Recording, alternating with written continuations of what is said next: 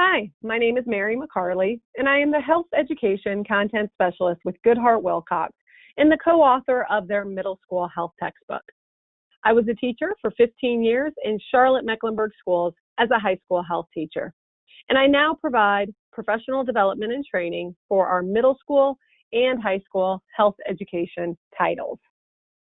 Today, I am presenting 10 ways to create an SEL skills-based health classroom. While there are more than 10 ways, all the activities and assessments are embedded in the slides for you to review today and in the future. All the activities and assessments that you'll see today are from our 2021 copyright middle school and high school health education program. We have an amazing award-winning author team. Both Catherine Sanderson and Mark Zellman wrote our middle school and high school health textbook. And all the activities and assessments and performance tasks were developed by an amazing award-winning teacher team. The activities and assessments that you'll see today were developed by myself, Mary McCarley, as the middle school co-author, and Diane Farthing, the high school co-author. And Diane is also the 2020 Shape America Western District Teacher of the Year. So let's get started. The three skills that I'm going to focus on today are responsible decision-making, positive relationship building, and self-management. So first, responsible decision-making. When I teach the decision-making process, these are the 5 steps that I teach. Step 1, identify the decision. Step 2, brainstorm options. Step 3, identify possible outcomes. Step 4, make a decision. And step 5, reflect on the decision. So here's an activity you can do with students very early on when you're teaching them the decision-making process. I would actually suggest doing this with a partner. I think it's great for students to talk through the process, and it also helps them to practice the skill of interpersonal communication. So this is actually a workbook page from our middle school program. Students are going to choose from one of the following 3 scenarios. They're going to write the scenario that they chose, and then they're going to go through the steps of the decision-making process. Note that on step 2, they only have to come up with 2 possible options and the pros and cons of each of those options. So here's another activity to continue to progress the skill. And on this one, they're really going to work on that step 2 of brainstorming options. So rather than 2 options, they're going to have to come up with all possible options for the person in the scenario. And for each possible option in step 3, they're going to come up with kind of best and worst case scenarios or advantages and disadvantages, pros and cons of each of those options. And this is also a workbook page in our middle school program. And I would suggest allowing students to do this with a partner as well, because we are still very early on in learning about the decision-making process and practicing going through the steps. So this is an activity from our high school program. And in this activity, the students are going to read an example of a decision someone made using the decision-making process. And they're going to review the steps this person used to make a decision and place a star next to the steps that were well done and circle the areas that need improvement. And for the circled areas, the students will give suggestions for performing the step even better. So I suggest that students do this independently first. Since they've already practiced with a partner on a few occasions, let them have a chance to do it independently first. And then once they're finished, allowing them to debrief with a partner, make changes, and improve their activity. So this is a decision-making template. And once students have had several opportunities to practice the decision-making process, I would assign something like this. Now, you could do it independently, or if you want students to do it within a small group. But basically, the students are going to need to identify a decision or problem that needs to be solved, and then go through the decision-making process.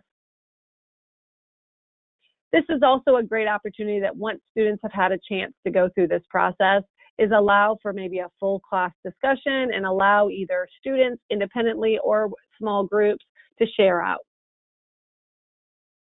So often, so many of my students say that while they understand the decision-making process and can go through the steps of the decision-making process, when in a real-world situation, they often will make a bad decision because they lack the skill of refusal. So I think it's really important when I teach the decision-making process is also provide opportunities for students to practice refusal skills. So here's an activity. It's from our middle school workbook that puts students in a situation. And in this case, they're refusing an uncomfortable situation to engage in a sexual activity that they don't want to. So for example, your partner sends the following text message to you. Come over, I have a surprise for you. You bike over only to realize that the surprise is that the parents are not home and you have the house to yourself. Your partner has dimmed the lights and lit candles. So what do you do and what do you say? So I would have my students do this with a partner. And I think that with a partner is really important. One, because it also works on the skill of interpersonal communication, especially talking about a topic that could be potentially awkward. So I would allow maybe 7 minutes or so to read the following scenarios. What would you do? What would you say? And then allowing time to share out. And I think that share out piece is really important because it does allow students to hear from their classmates. It gives them extra ideas and, as I think, more tools for their toolbox. So here's another activity I would have my students do with a partner once again, is now they're actually in the situation. They're being pressured. Your partner says to you, we've been together for months. I care about you so much and want to share this special moment with you. What is your response? So now they have to practice actually the pressure line coming to them and respond in an assertive way, saying no. And once again, I would provide about 7 minutes or so to go through this and then share out. So as we continue to progress this skill, students have had a chance to practice on paper with a partner looking at scenarios. Now they've also had a chance to practice with a partner, reading the pressure line and thinking about how they would respond. So in this activity, I want to put students in a more real life situation. So I would instruct my students that I'm going to pick a pressure line from a bag, and they will not have a chance to see it ahead of time, but I want them to imagine they're actually in that situation. And once I read it, I want them to think for just a moment and think about how they would respond in this situation, assertively communicating no. So as the teacher, I would pick a pressure line and read it to the entire class. And there's kind of always this awkward silence as soon as I read it, and that's okay because we want each student to process it and think about what they would actually say. Then allow some students, I actually allow quite a few, maybe somewhere between 3 and 5 students to share their response. And when they share their response, I let them know that it's important to say it in an assertive voice, not only their verbal, but nonverbal communication as well. And it's great for students who are really either struggling with this skill or very insecure to hear their classmates assertively saying no. So it will come up that students are going to ask to pick from the bag themselves and pressure another student. And my suggestion is if you have good classroom management, you've already created a respectful, safe environment for students, it could be a really good option because it does put students even in a more real life situation because someone their own age is pressuring them. So before I let Johnny pick from the bag, I may address the class and say, who would like to receive Johnny's pressure? I think that's really important because you don't ever want to put a student on the spot who's not prepared to receive the pressure.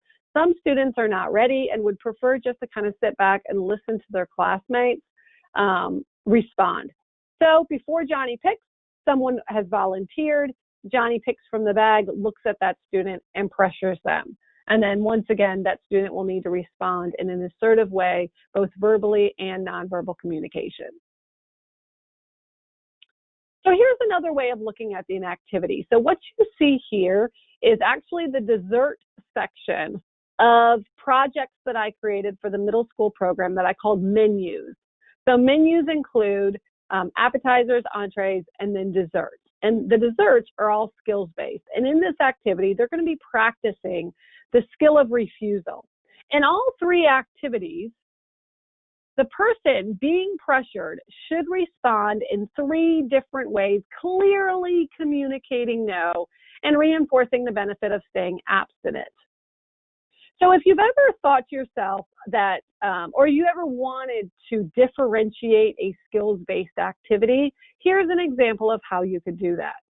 So as I mentioned, all three activities are about the same. And then I'm practicing with a partner, clearly communicating no in three different ways. However, the two students who choose this option, option number one, are going to practice together, but rather than performing for the class, they're going to turn in their scenario and responses for the teacher. The two students who choose this option are going to practice. However, they just kind of want to raise their hand and share their responses with the class, still being assertive.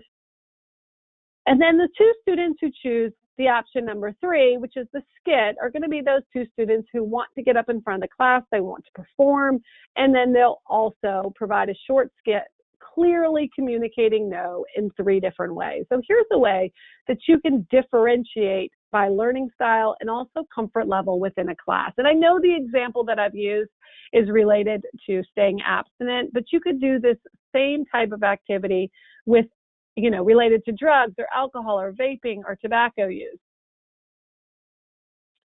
So I think to myself, in my school district, we had 9 weeks with students, and that was their high school requirement. And in those 9 weeks, I want to teach them content. I want to teach them skill. I want to have time to practice the skill, and it's really hard. And so very early on in my teaching career, I realized that if I was going to do this and do it well, I needed to get the support of their parents, trusted adults, guardians to help reinforce this skill. I want them to know what we're talking about in health class, and I want them to reinforce this at home. So very early on, I created what I called my Let's Talk series. And then when I became a middle school co-author, I wanted to make sure that this Let's Talk made it into the middle school program, and it's also in our high school program as well. So these are short homework assignments that are done between the child and the trusted adult. In part one, together, the child and trusted adult are going to choose one of the following two scenarios. What would you do? Create a plan if you're ever in this situation, and they're going to talk about it. Then the child is the one that writes the paragraph. I've just shortened the response lines so that you could clearly see the assignment. Then moving on to part two, you can see that they only need to discuss 2, but I've provided 6 because I want to make sure that they choose the 2 that they feel comfortable talking about, and then also what's relevant based on their situation. They talk about it, the child is the one that summarizes, and then the parent signs the pledge. In my 15 years of using these types of homework assignments, I have had parent emails, I've had hugs, I've had phone calls, and parents really appreciate the opportunity or the created opportunity to talk with their child about these topics. So now I want to empower my students to help others make healthy decisions. So since we're talking about the skill of responsible decision making, I also want my students to feel as though they can impact others. They can positively influence the decisions of others. So in order to do that, I created a small group advocacy campaign. And in this advocacy campaign, students are going to share a message and raise awareness about a topic that's maybe relevant in their school community or one that they're passionate about. So in step 1, as a small group, they're going to choose a topic and identify it here. In step 2, they're going to do research, and they're going to find accurate, up-to-date, valid sources to learn more about this topic. And they're going to write their research notes here. Then they're going to talk to school faculty members and teachers to find out what's currently being done to address this issue at school. and record their notes. Now, together, they're going to start to create a campaign goal. They need to figure out who their target audience is, what message do they want to convey, why is this message important, and what specific goal or goals do they hope to achieve. Now it's time to create their product. So I've identified the requirements with the bullet points, but I want students to pick what type of product they would like to create. So this is a choice board that you see here. And a choice board allows students to choose a product based on their learning style. So this is going to be differentiated by learning style. Always in the middle option, I provide student choice, but they do need to get teacher permission. Once students have created their product, they're going to move on and they're going to launch their campaign. But first, before launching it, they need to answer a few questions to prepare to launch their campaign. So why is this the best product option for your campaign? What do you need to make your campaign possible? Who do you need to make it possible? And how will you reach your audience? What's your timeline? And how will you determine success? And once they've answered those questions, it's time for them to campaign within their school. So if campaigning within your school is not an option, maybe consider a health fair as another option. So once they've finished, their step 6 is going to be reflect. Were you successful in implementing a meaningful campaign? What obstacles did you encounter and how did you overcome them? And what did you learn from doing this campaign? And I have provided a rubric, as you can see on the right-hand side, if that's helpful. So next, we're going to move on to the skill of establishing and maintaining positive relationships. Let's start with peer relationships. So very early on, I want my students to start to think about expectations. What type of person do they want as a friend? And what characteristics are they looking for in friends? And what do you bring to a friendship? So you could do a brainstorming activity, you could do a full class discussion, small group discussion, think, pair, share, or even a journal write. But in the end, I want my students to set 2 SMART goals that could help them improve a relationship or make a relationship stronger. So now the students have had a chance to set expectations for what they want. In my opinion, it's time for them to start to learn from their peers. So this is a short activity from our middle school workbook that allows students to survey. So they're going to survey 5 of their friends or peers to find out more about their thoughts and feelings on peer relationships. They may ask questions such as, what is the most important quality you look for in a friend? They're going to talk to those 5 peers and record their responses. And I tell them that while they're recording the responses, continue the conversation. And they're also working on this skill of interpersonal communication. Once they have asked all of the 4 questions and talked to 5 of their peers and hopefully their closest friends, they are going to reflect with the following questions. So now it's time for students to look into what skills or strategies help to develop a healthy friendship, or what tips would you provide someone for making a new friend? So the activity on the left-hand side is an activity from our high school workbook page, and they're going to imagine that there's a new person, Jessica, at their school. And so they're going to provide tips, 5 tips to Jessica for making new friends. They're also going to provide strategies for developing healthy friendships.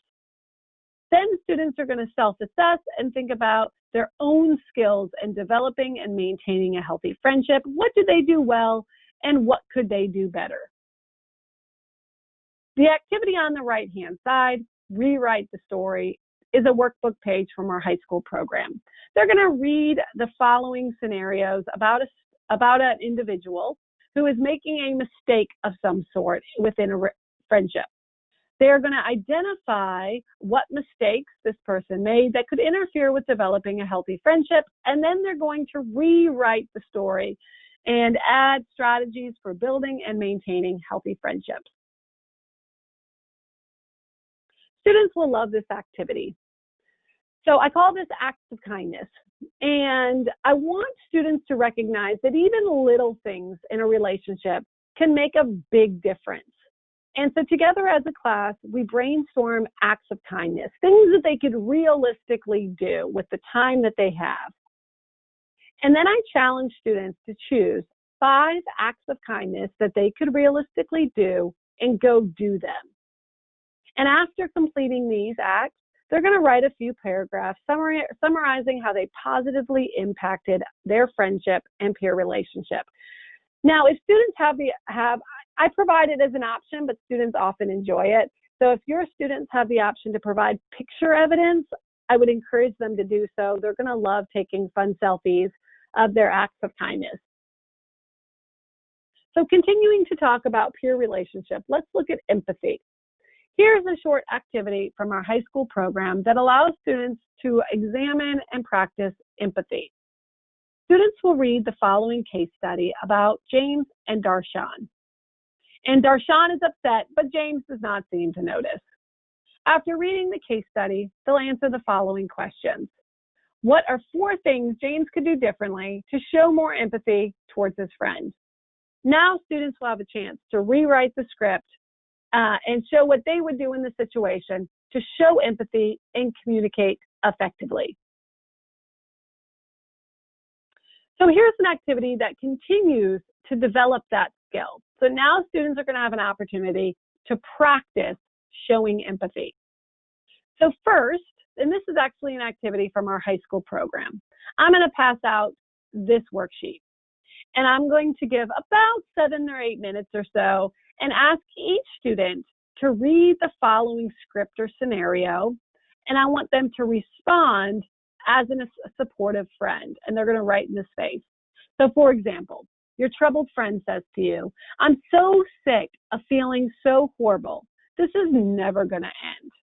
So allow maybe 7 or 8 minutes for students to brainstorm what they would say to show empathy and support. Then I'm going to get students in teams of 3. And I'm going to assign each student a letter, A, B, or C. Then I'm going to instruct that student A, you are the troubled friend. Student B, you're going to be the supportive friend and show empathy and support. And student C, you're going to be the observer. And student C is going to use the following rubric to pay attention to, watch the body language and the communication style of student B, who is showing support. Allow time for that to happen. And then you're going to ask student C to debrief with student B and to tell them what their strengths are, maybe their weaknesses, areas that they can improve upon, and what they noticed about how student B showed empathy and support towards student A. Then change the roles so that each student has a chance to practice role A, B, and C on several occasions. Once students have had a chance to practice several times, allow them time to answer the following reflective questions and debrief as a class. And I did provide the rubric in case that was helpful. So let's move on to family relationships. I think in students' middle school and high school years, many students admit to having conflict among family members, even conflict between siblings and their parents, or the expectations or the rules that have been set. So as a teacher, I like to address this conflict and then also find ways and talk about ways that students can positively respond to conflict to encourage a healthy relationship. So the activity on the left-hand side is a workbook page from our middle school program. And I would have students do this in teams of 2. So in teams of 2, students are going to read the following scenarios about siblings and conflict. And what would they do to encourage a healthy relationship, but also help to respond to the conflict in a positive way. I think it's great that students work in teams of 2 because they can also share real life stories and situations that they've been in, and also provide support. The activity on the right-hand side, titled Resolving Family Conflict, it's once again allow students to read the following scenarios about both siblings and parents and guardians in conflict, and then provide advice on what advice would you give these two individuals to resolve their conflict. I would also have students do this with a partner. So let's continue talking about family relationships. And this is an activity that's going to work on effective communication and the skill of interpersonal communication. Students are going to read the following scenario about Kyle. And Kyle insists that, Kyle's parents insist that he's in bed with the lights out at 10 p.m. Now that he's in high school, Kyle thinks he should be able to decide when he goes to sleep, especially on the weekends. He is trustworthy and gets good grades. So in part one, students are going to think about the different communication styles and how people communicate. And depending on how he communicates, what might happen? What's going to be the result of the conversation if Kyle uses this particular communication style with his parents? Then, in part two, they're going to take a closer look at assertive communication. And by using assertive communication, what's going to be his plan for doing so? Then allowing students to reflect on the process of assertive communication. So as I mentioned earlier, if at least in my situation in my school district, it just didn't seem like enough time I had with my students to do everything I wanted to do, to practice the skill, to reinforce the skill, and I needed help from parents, guardians, and trusted adults in their lives. So here's just another example. I titled this one, Let's Talk Relationships, that gets students and the trusted adult in their life talking about these scenarios and reinforcing that skill of healthy relationships and also reinforcing the skill of interpersonal communication. So let's move on to dating relationships. Very early on, I want my students to begin to set expectations for a relationship they currently have or one they maybe plan to have in the future. So the activity on the left-hand side is titled Dear Special Someone. And I actually do this as a journal write. So in the lesson, when we talk about healthy and unhealthy relationships, this is the first thing the students do when they walk into my classroom. And I tell them that you're going to be writing a letter to someone special. And I want you to start to think about the expectations that you have for a dating relationship, either today or one you might want to have in the future. You know, what characteristics do you want? What qualities are you looking for in a dating partner? What do you want them to know about you? And then I provide them time. So I tell them, I want you to write a letter to this person. I'm not going to collect it. I'm not going to grade it. And you don't have to share it with anyone in the class. And I ask them to start. And often, for a lot of students, they immediately start writing because they've thought about what they want in a relationship. And other students, there's kind of this couple minutes go by and they're just sitting and thinking and looking at their paper, and it's hard for them to get started because maybe they've never thought about expectations.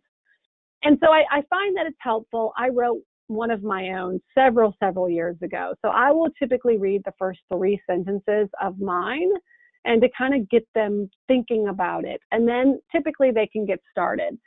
So after about 10 to 12 minutes, I ask my students to kind of bring it to a close. And so many students are like, Miss McCarley, I've not finished. Let me keep writing.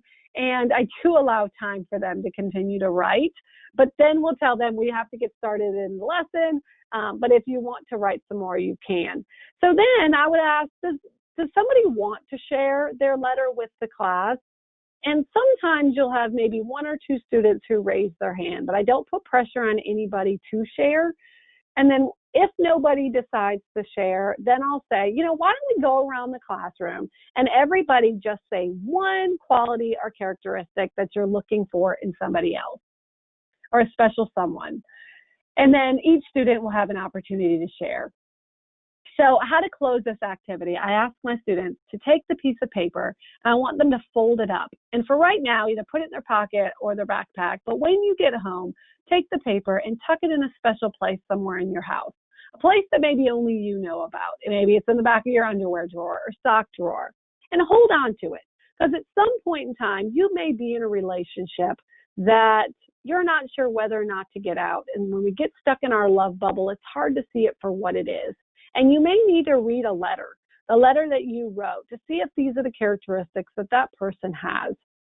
And so often in my years of teaching, students came back to me even 2 and 3 years after I taught them and said, Miss McCarley, remember that letter you had us write? Wow, well, I read that and I was not in a good relationship, and I'm out and I'm happier, and I'm really going to start to look for a positive relationship in the future. So this is an activity that I find that students are intrinsically motivated to do. Also, very early on, I want my students to start to think about their boundaries. I would encourage students to do this with a partner. And I do think any opportunity you have a chance to practice that skill of interpersonal communication, especially on a topic like this that could be awkward to talk about, I think it's great for them to do this in a safe classroom environment. So they're going to read the following scenarios and what would you do to enforce your boundaries with your dating partner, and then allowing students time to reflect. So let's move on to another skill, which is the skill of self-management. So let's start with managing emotions. So very early on, I teach my students the idea of I statements as a way of managing their emotions, for taking responsibility of their emotions, for owning their emotion. So often it's easy for students to say, like, you make me mad. And I tell them that let's practice using I statements instead. So I feel angry when, because now you can take responsibility for this emotion, and it also allows you to manage this emotion. So once we've had an opportunity to discuss this, now I want students to practice with a partner, looking at you statements and changing them to I statements.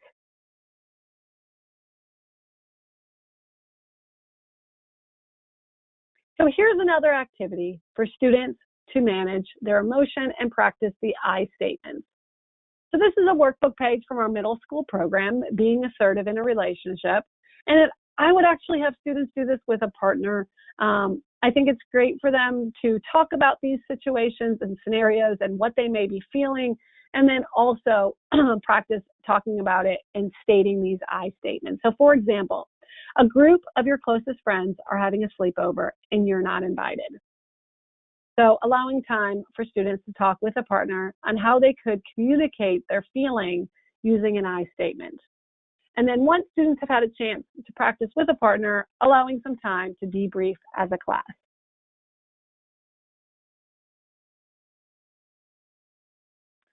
So once again, you're seeing the dessert section of my menus.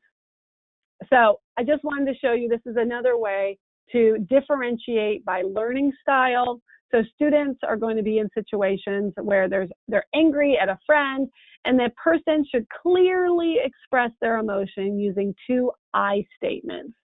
So once again, students can choose based on their comfort level and their learning style. So those two students who just want to practice and then turn it in, they have the option to do so. However, those two students who want to jump up in front of the class and do a skit and do have the option to do so as well. So now let's talk about managing emotions as it relates to resilience and building resilience. And there's three characteristics of a person with resilience, and those are the ability to embrace change, practice self-compassion, and take responsibility. So students are going to read the following situations. They're going to identify a negative response, and then they're going to convert them into a positive response or strategy, and then they're going to identify the strategy that was used, and that's going to be either the embrace change, practice self-compassion, or take responsibility. And you can see that we've provided some of them for the students just to kind of give them examples and get them started. And then others they will need to identify all on their own.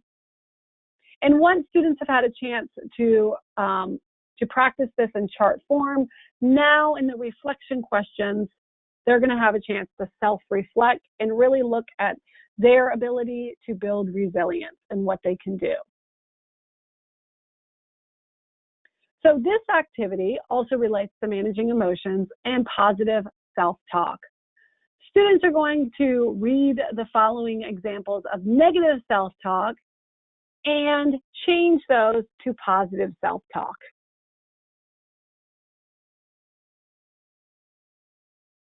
Once again, I want to gather this parental support or trusted adult or guardian. So in this activity, students are going to practice talking about self-esteem and their emotions with a parent, guardian, or trusted adult in their life. And this is an activity, also the parent, trusted adult homework assignment that's part of our high school program. So you can see that the format is a little bit same, but once again, in this situation, students are going to be responding and talking to their parents about stress. Always at the end, you'll see this parent pledge.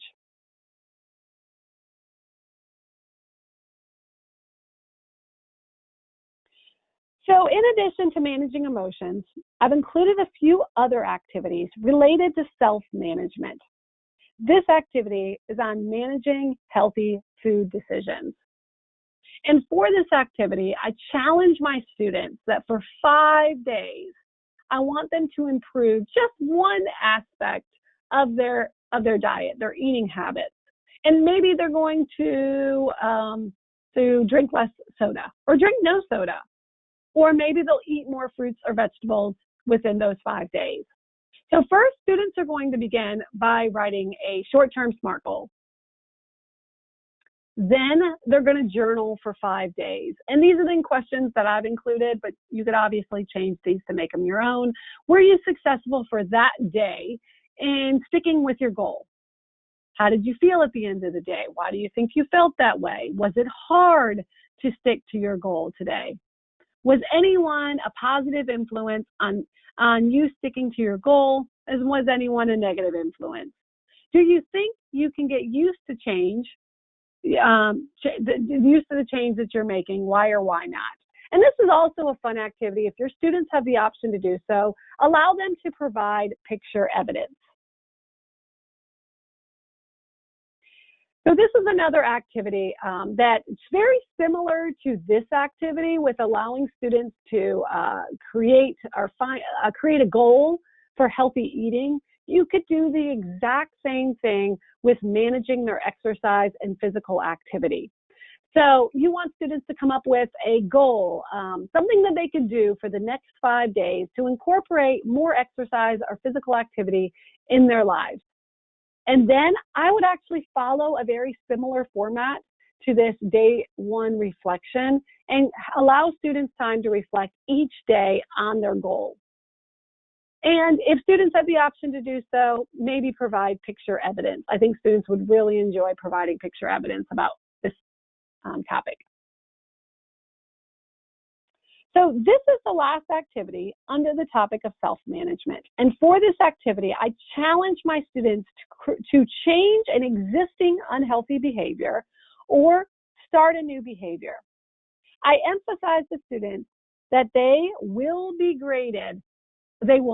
be graded, on their success or lack of success with this action plan. So you don't want students to feel like they're being graded only if they're successful. Like they'll get an A if they're successful, they'll get an F if they're not successful. You don't want students to feel that way, because they'll just modify and change their answers. So just let them know that they're not being graded on that. But they will be graded on their attempt to change a behavior, their well thought out action plan, and their description of their experience during and after the action plan. So this is going to allow students to really practice the skill of health enhancing behaviors and allowing them to realize that they can manage their behaviors. So in step one, they're going to identify the behavior that they would like to change or the new behavior that they would like to start. Now they're going to learn about the behavior, and specifically, they're going to look at steps I can take to reach my goal. They're going to research valid, up-to-date, accurate resources to learn more about this behavior. Now students are going to plan for change in step 3. Why do you want to change this behavior? Develop a SMART goal. How will I involve my family and friends? What obstacles or problems could I encounter? And how do I plan to overcome them? And how will I measure and evaluate success? So now it is time for students to start week 1. But first, they're going to transfer that SMART goal, and they're going to identify what steps. These are going to be their action plan. Their action steps. They're going to identify their action steps that they want to do this week. And they may not have and fill in all of the boxes, and that's okay. So they just may come up with 3 action steps for that week. What are they really going to focus on? And as you can see from the directions, they're going to give themselves a smiley face or a check mark on the days that they completed that action step. They're also going to journal each day, just really short. They're going to talk about their successes, their failures, their emotions, anything related to how they felt that day related to their action plan. Now they're going to go and they're going to evaluate. So they finished week 1, and now it's time to start week 2. But before they start week 2, they're going to evaluate what was successful from week 1. What action steps can I realistically do for step 2? They're going to transfer the action steps that they want to carry over to week 2, but they can also add new action steps. They can make modifications to their current steps, and then they're going to start week 2. And once again, give themselves a smiley face or a check mark on the days that they completed that action step, and also they will journal. Now it's time to reflect. So they're going to describe their experience of trying to accomplish their goal.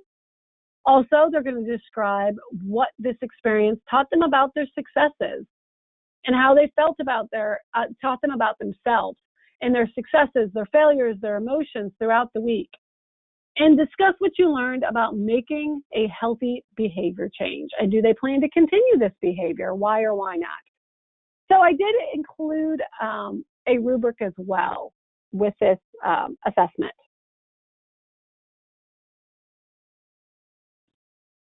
So I hope the session was helpful in learning strategies, activities, and assessments to create an SEL skills-based health classroom.